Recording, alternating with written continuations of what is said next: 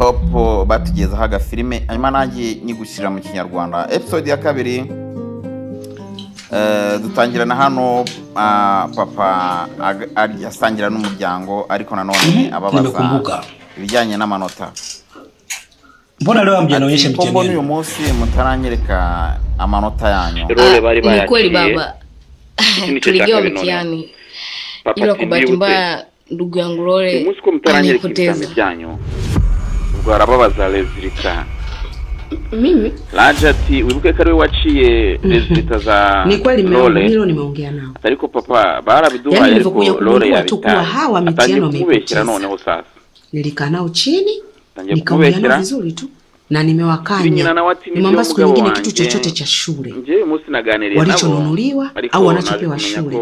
Wasipite njiani wakacheza. Wanatakiwa waganira nabo. Akia Mungu tena mume wangu. Ndanabahana rwose ndababwira ati gahunda zose z'ishuri baguriwe cyangwa abantu. Unafahamu kwamba mimi mitihani ilipia. Bakabikinireho bagomba kujya bitonda. Sasa kwa nini unapoteza? Nabaganirije. Alafu mbona siku hizi umebadilika sana? Kiwango chako kimeshuka sana. Naongea na mtoto. None ni kijaye guteye. Eti. Mbona umeshuka kiwango siku hizi? Ubundi kuki muri uyu munsi mbona wahinduka cyane? Nishakwambia. Rwego mugabati ceceka ndavugana n'umwana. Nimeongea nao. Sobanurira. Nao wamenielewa vizuri. Rwego rwagabanutse cyane. Watoto wanakula. Ungesubiri basi hata wamalize kula. Narakubwiye bana yewe naganiriye nabo.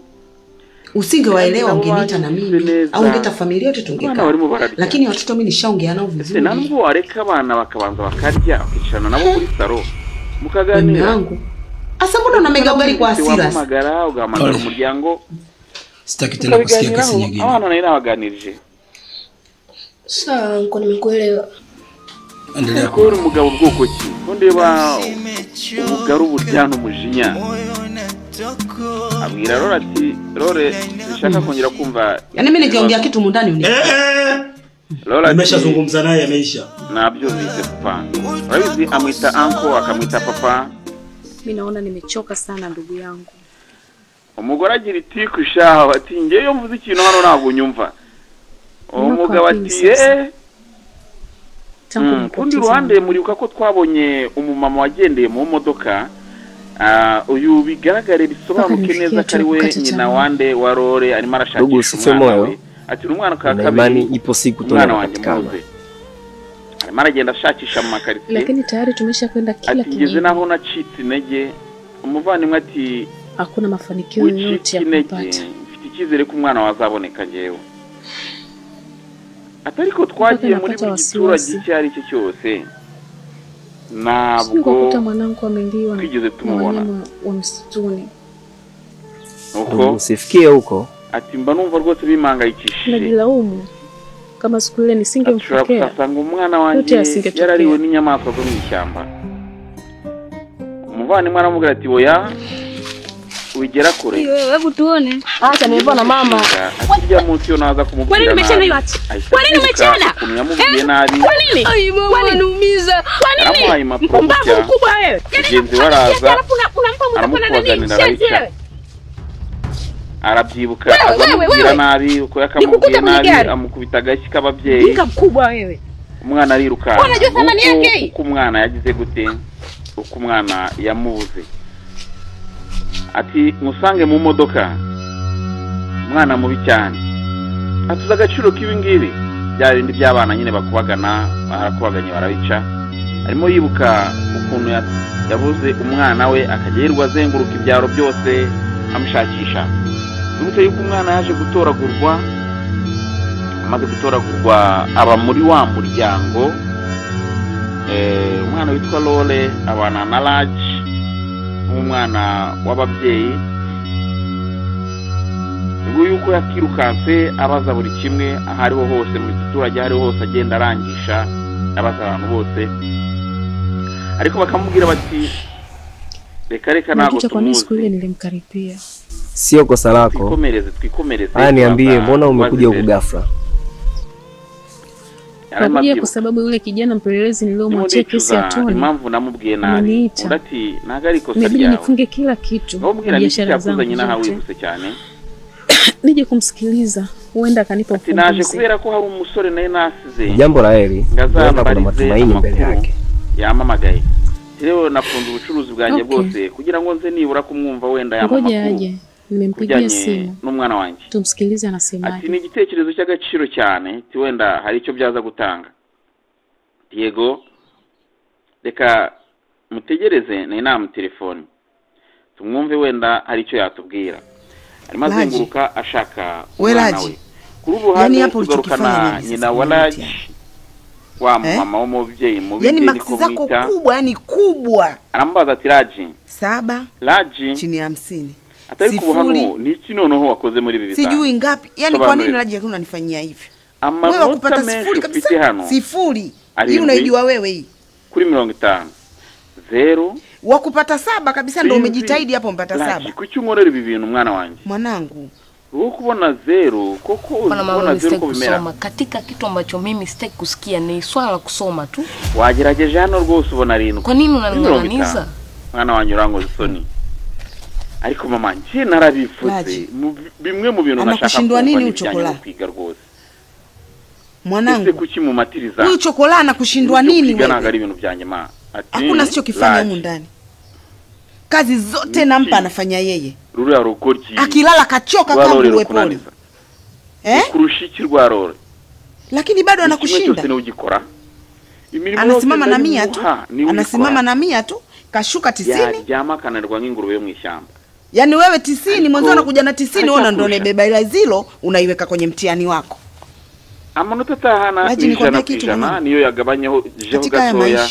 Azana 90. Babako paka unamwona hapo alipofikia. Yezu wao azana 90, wewe ukazana mazero mu bizamini byao.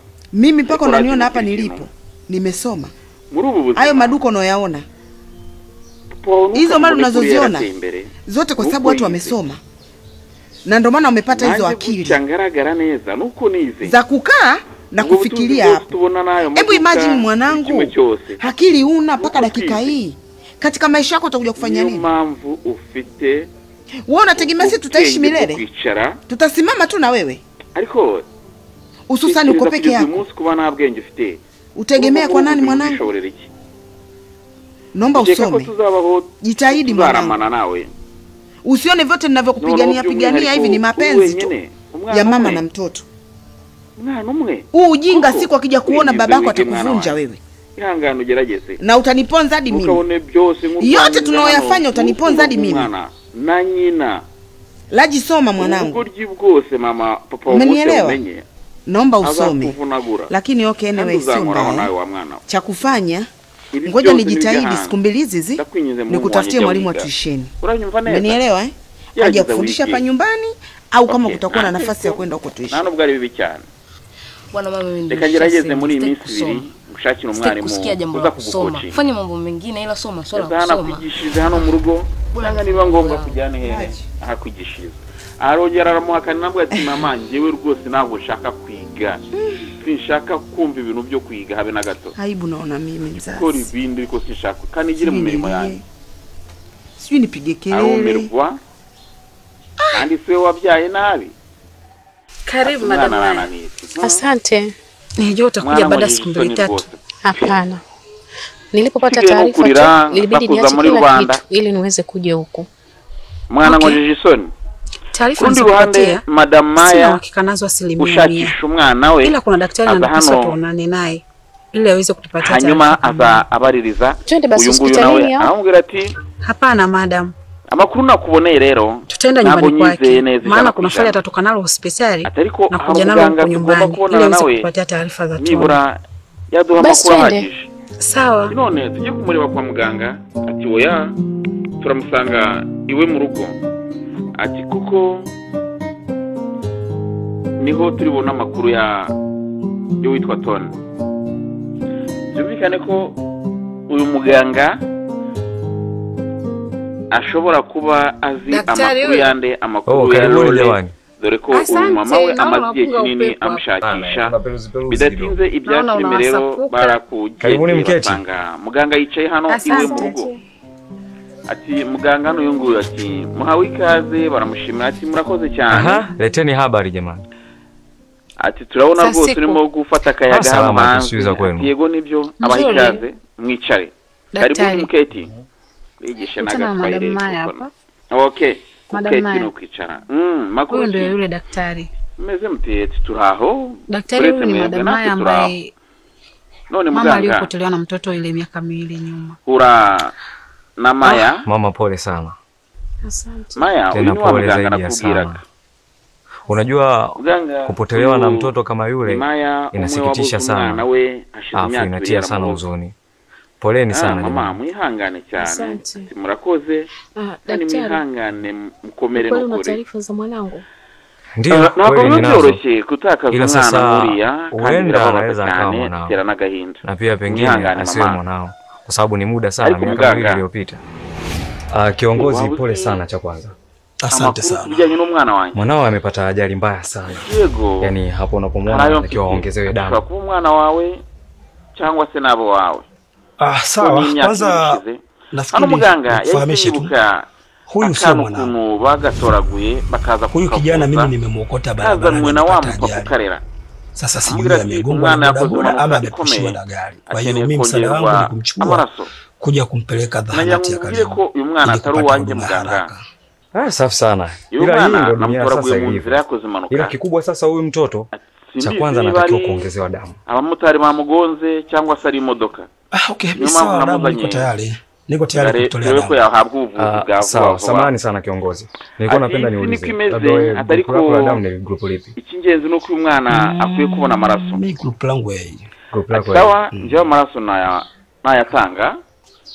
Muganga ati kuna tatizo n'umuyobozi nasikitika huyu mtoto hautaweza kumchangia damu kwa sababu huyu mtoto group lake la damu ni O. Kwa hiyo itabidi tumpate mtu ambaye mwenye group la damu O ndo anaweza akamchangia huyu mtoto damu. Birambabaje cyane kuko uyu mwana nago wamuha amaraso. Sasa kwa hiyo tunafanya mwana afite O. Sasa hapa cha kufanya O positive. Okay. Cha kufanya huyu mtoto anatakiwa apelekwe kwenye hospitali kubwa yani afanywe transfer kwa Dar es Salaam kwa sababu hii hospitali yetu sisi ni ndogo. Atireri cyo twakora kikubwa cha kwanza hapa tutamuongezea damu alafu tutafanya mpango wa ambulance tugomba kumujyana ku bitaro bikuru.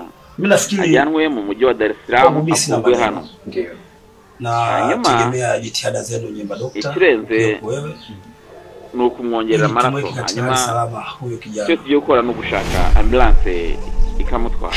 Rero ngewe ndumva nta kindi narenzaho ubufatanye bwanyu nibwo nizeye kugira ngo umwana abashe kugira gute abashe kubona ubufasha. Inkuru bayigiye na umwana arangije amwereka gafoto ke ati ni kijana huyu wakati uyu niwe wavuraga kwa muganga. Sina uhakika kwa sababu ni miaka 2 iliyopita. Sijajua sasa kama alipona au la. Mwitegereze neza kuko nanjye vipi naweza kupata taarifa za mtu anisaidia. Sawa, taarifa zake nitaangalia kwenye faili alafu kisha nitamkabidhi ndugu yangu hapa. Nagumbizi neza niba yarigeze gukira igihe yararwaye kwa muganga. Asante sana Mwenyezi Mungu akubariki. Naona makuru usijali mama, natumaini Mwenyezi Mungu atakusaidia kukutanisha tena na mwanao. Hanyuma karibuni sana jamani. Ndaza kubiha uno mukobwa niwe tuziranye cyane. Uyu nawe amushimira ndamubwira ati umura Imana izaguza n'umwana wawe. Aramushimira arangije ibya filime nuko bigenda arigendera. Kurundi ruhande noneho tubona Lole arimo koza ibyombo hanyuma wa mama murera wa mama mubi koko mubi urumugirira ishyari na huyu mwingine wa kwanza shuleni. Basi kwenda mwana wanjye mtoto mwingine ahora buri gihe ariko se umwana wacu mugabo nabimenya ko umwana wacu abuwanyu uyu nguyu ikigoryi gihora kibi cyambere ko umugabo azagikunda kurusha uko akunda umwana wanjye. Nyagupfa yibereye mu byombo hano arimo aroza. Lole indushyi yacu kuna mtoto na matatizo ya masikio ngomba kugira icyo nkora none agenda mwegera. Hapana anti, nisikize nikwambie nimekuja hapa kwa jambo hili moja. Lole tena hayo masikio yako unajifanyaga usikii hayo, nisikilize kwa makini. ati oya anti mitihani na teksti zozote za shule mtakazopewa ya mwanangu utakuwa unaandika jina lako. Umenielewa? Na majibu yote utakuwa unamfanyia mwanangu. Sawa? Na mitihani ya mwanangu na teksti zote mnazopewa shule utaandika jina lako. Ubwo na amasuzuma. Umenielewa vizuri? Mwana wanjye. Kivipi anti? Ugiye kujya wandikaho amazina yawe. Ibisubizo byose. Wewe kijana, wewe mtoto, wewe kindurusi. Unapata picha jeuri ya kuniambia kivipi anti? Na katika siku naji anafeli. Wewe unafurahia mwanangu anavyofeli? Kandi uziko anti. Wewe unaona la mwanangu anavyofeli? Nilichokiongea umenisikia? Wachana wewe. Nilichokiongea umenielewa? Sawa, nimekuelewa. Lakini tukifanya hivyo mwana wanjye mwalimu akija kugundua utapata adhabu. Unabyishimira? Kwa hiyo wewe unategemea mwanangu anavyofeli, wewe unafurahia. Si ndio? Ila wewe unachotegemea usome uende hadi sekondari. Unapotegemea sekondari na kufahamisha nani wewe hapa ndani? Hii siri usije ukamwambia baba yako. Unanielewa wewe mpumbavu? Usije ukamwambia mwalimu wako na asije akajua mtu yoyote. Tuko pamoja? Ole wako. Ole wako. Huo mdomo wako huo unajifanya kivipi anti? Uje unyanyue umwambie mtu yoyote. Hiyo sekondari unaoitaka na unaoitegemea ufike mbali utafika. Umenielewa? Huko unakotarajia wewe ufike mpaka si ufike wapi? Labda sio nyumba hii na sio kwangu mimi. Kama unataka masharti yangu fanya hivyo nilivyokuambia. Na ukishindwa utaishia kuuza maji ya kandolo barabarani. Utaishia kupiga debe wewe. Utaishia kuwa dalali wewe. Utaishia kuwa mbea wewe upate riziki ya kula. Na elimu yako itakokuwa kichwani. Fanya nilivyokuambia kuhusu mwanangu. Tumeelewana? Tuko pamoja? Tuko pamoja, sio ndio anti. Ule kigumbisi kimekuanza lini wewe? Kuryo no kurya bizakunanira. Tuko pamoja? Kora ibyo nkubwiye kubijyanye n'umwana wanjye. Kosha vyombo hapo. Uranyumva neza nabyo kumbwira ngo anti. Ako gasuzugura bwana. Nafsi mechoka. Sawa. Moyo unatoka. Yego tante, yego shangazi, yego mama wacho. Kira vuba susi byombo vuba. Arangije kumubwira ibyo arakata arigendera. Akaririmbo nako kavuga kati umutima urarushye ibyo nkozeho cyose kirancika kikagwa. Bigaragare ko uyu mama ntabwo yajyaga yishimira ibyo uyu mwana agezeho. Iterambere ry'umwana ntabwo yarikundaga, we yabaga yumva ashaka ko buri kimwe cyose kiza cyagana ku mwana we. Mwibutse yuko ingi yari episode ya 2, episode ya 3 nayo turayibafitiye. Nyita muri aka kazi, kora subscribe, ukore like na comment, turayitegereje. Naho butaha.